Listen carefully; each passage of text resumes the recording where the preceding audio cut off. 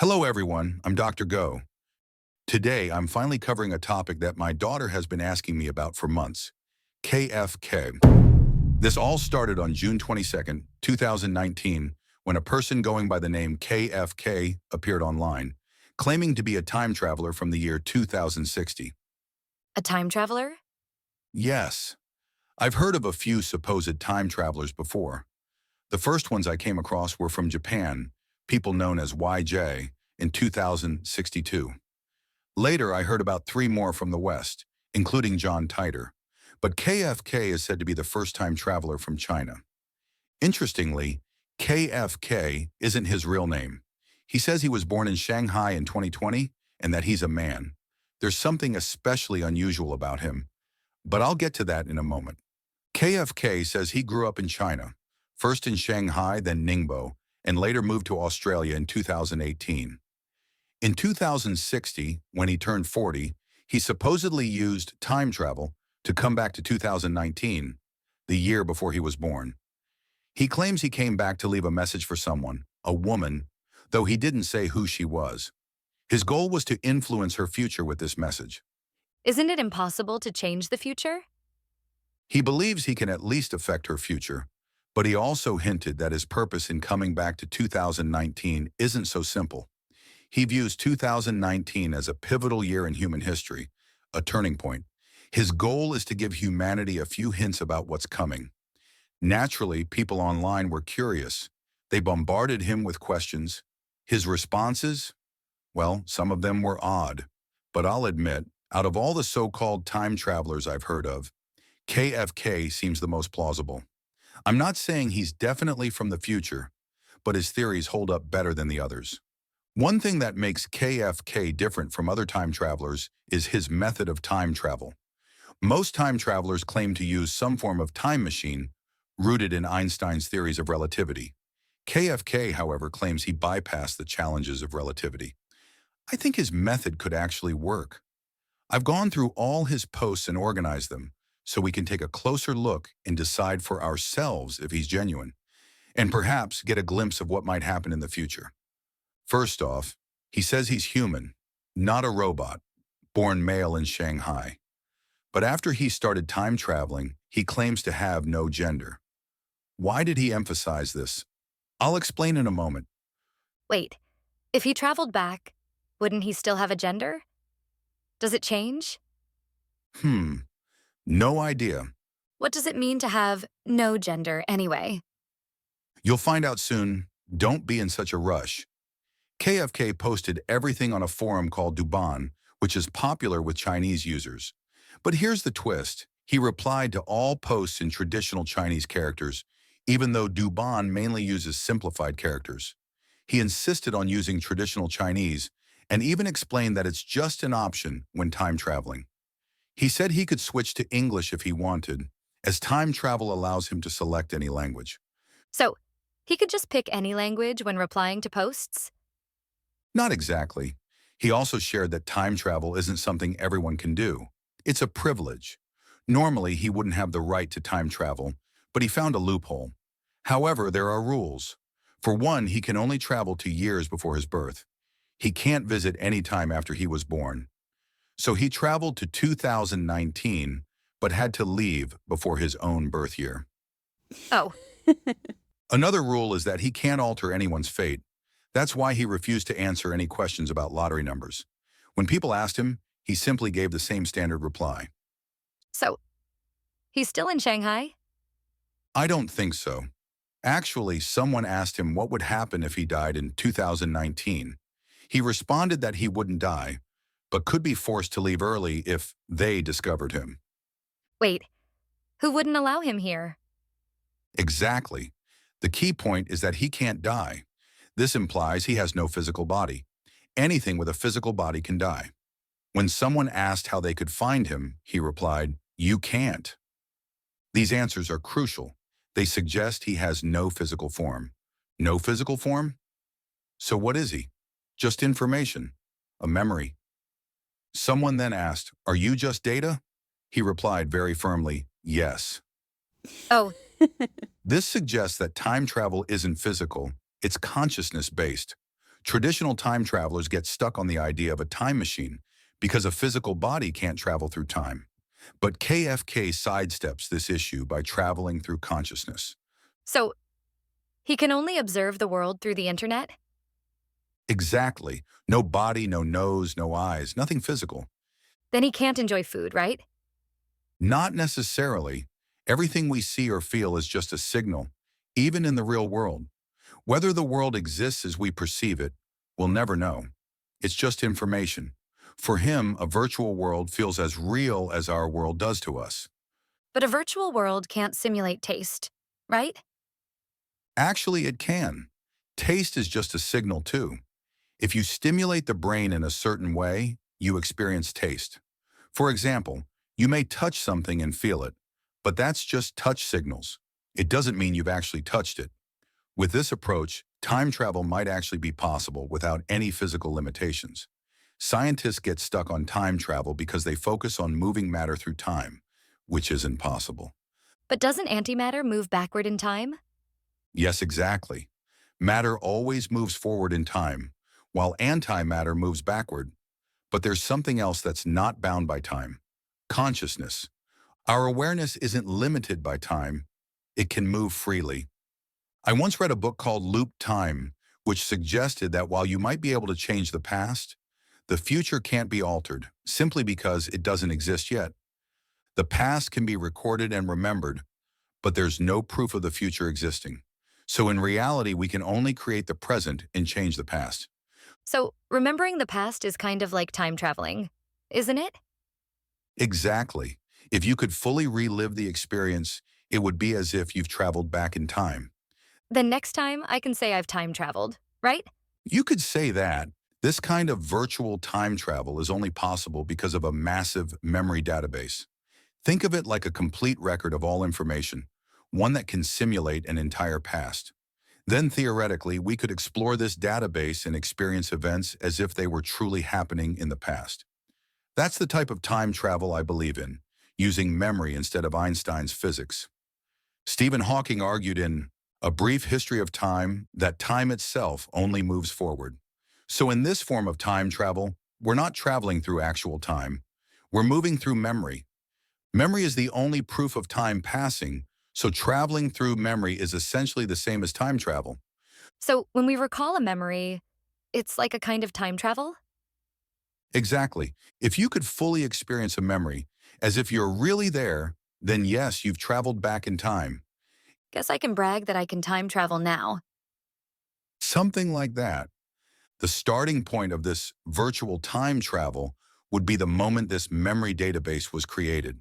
So if he can travel back to 2019 and communicate with us, it implies something about our reality.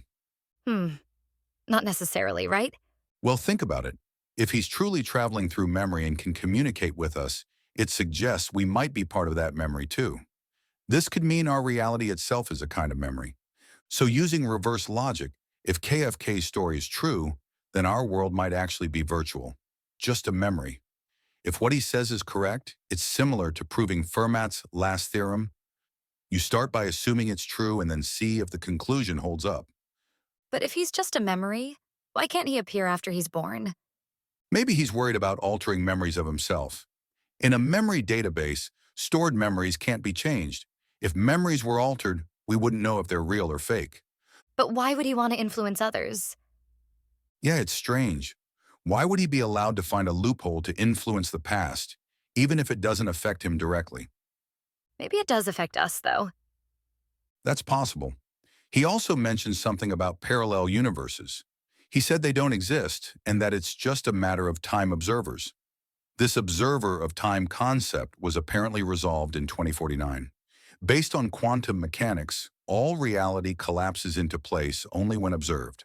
So in theory, an observer has existed since the universe began. But who or what is that observer? He says we'll understand by 2049. Someone then asked if a creator exists. He replied, yes.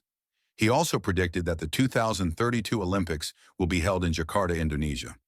We'll have to wait and see if that one's true. As for Bitcoin, he says it won't exist in his time, so we should sell while we can. He also mentioned that technology won't advance as dramatically as we expect by 2049. People will still travel by maglev trains and planes. What about housing prices in Shanghai? He said housing prices will start dropping in 2020, and by 2060, homes will be cheap. Population decline and 3D printing technology will make housing affordable. Only the wealthy will be able to afford wooden houses. Wow. And as for communication, we're at 5G now, and 6G is next. But after 7G around 2048, it'll enter an entirely new era, no longer called G. Industries will also shift. By 2030, AI will be at the core of every field. AI networking will be massive, making it the most crucial industry. So, what about Apple? He said that by 2020, Apple's influence will slowly fade. By 2060, three major industries will dominate: 3D printed housing, interactive gaming, and virtual reality eyewear. I want to work in 3D printed housing. Sounds like a plan. As for health, he said cancer will be cured, but a new superbacteria will emerge, highly resistant to medication, leading to severe population decline. When did they cure cancer? He didn't give an exact year, but mentioned that this superbacteria would hit humanity hard around 2050. As for religion, he says all religions will merge into one. Just one religion? That seems hard to believe. I think what he means is that people will eventually uncover the truth of the universe, and whichever religion aligns closest with that truth will stand out. Moving on to war, he says that until 2030, the world will be peaceful, but from 2030 to 2047, disasters and conflicts will increase, leading to World War III in 2048. The war will center around the borders of three continents, likely in the Middle East. Isn't that area already conflict-ridden? Yes, but he says by then, major powers like the US and Israel will align against China, India, and the Middle East. China and India as allies? No permanent friends, no permanent enemies, right? When asked about preparing for this, he advised settling inland, as coastal areas will be risky. Due to tectonic shifts, earthquakes, and tsunamis, many coastal cities will disappear. Japan, he says, will be reduced to half its size, and the capital will move to Okayama. When asked if there were other time travelers, he mentioned two others from the Far East, YJ in 2062, likely the Japanese travelers. People asked if paranormal phenomena are real, and he said by 2050, these mysteries will be common knowledge. He also said paper will become a rare collectible by 2060. What about YouTube? Nobody asked. He also mentioned that Malaysia Airlines' fate will be revealed by a third-party nation soon. When asked about destiny, he said that in his time, destiny is seen as predetermined fate, where efforts only adjust timing, not outcomes. So, should I even try? If you want to see results sooner, sure, go ahead. What about life expectancy? He said Australia has the highest life expectancy, but globally, it's much lower than now due to wars and disasters. World population peaks at 8 billion by 2047, but drops to 5.3 billion by 2060, likely due to the 2048 war. When asked for his final advice to humanity, he said, if from 2019 onward, you shift focus from material to spiritual, you'll suffer less by 2048. He implies that by then, people will understand that reality is more spiritual than physical, and accepting this early could reduce future shocks. But we still need material things to survive until then. True, so in summary, here's the timeline according to KFK. He was born in 2020, and housing prices started to drop that same year. By 2035, language barriers will be removed. That could happen. By 2038, advanced AI robots are mass-produced. Custom robots require complicated legal procedures, so people mainly buy standard models. By 2047, the world population peaks at 8 billion, and the US-China Cold War ends. Then, in 2048, World War III begins. From there, people turn toward the spiritual. Many countries also pass laws allowing marriage with robots. So that's why the population drops? Probably. According to KFK, Robots will have genders as a built-in limitation, just as humans do. Our finite lifespans prevent us from amassing unlimited knowledge. If we were immortal, our knowledge would compound infinitely. Robots, by having genders, can't self-replicate without limits, preventing overaccumulation of power. It'd be nice if knowledge could be inherited. Yeah, but our limits are what keep us grounded. By 2060, the global population falls to 5.3 billion, public transport is free, and basic foods are expensive luxuries. Housing is 3D printed, while wooden homes are a luxury. He said by 2060, almost everything is in short supply compared to now.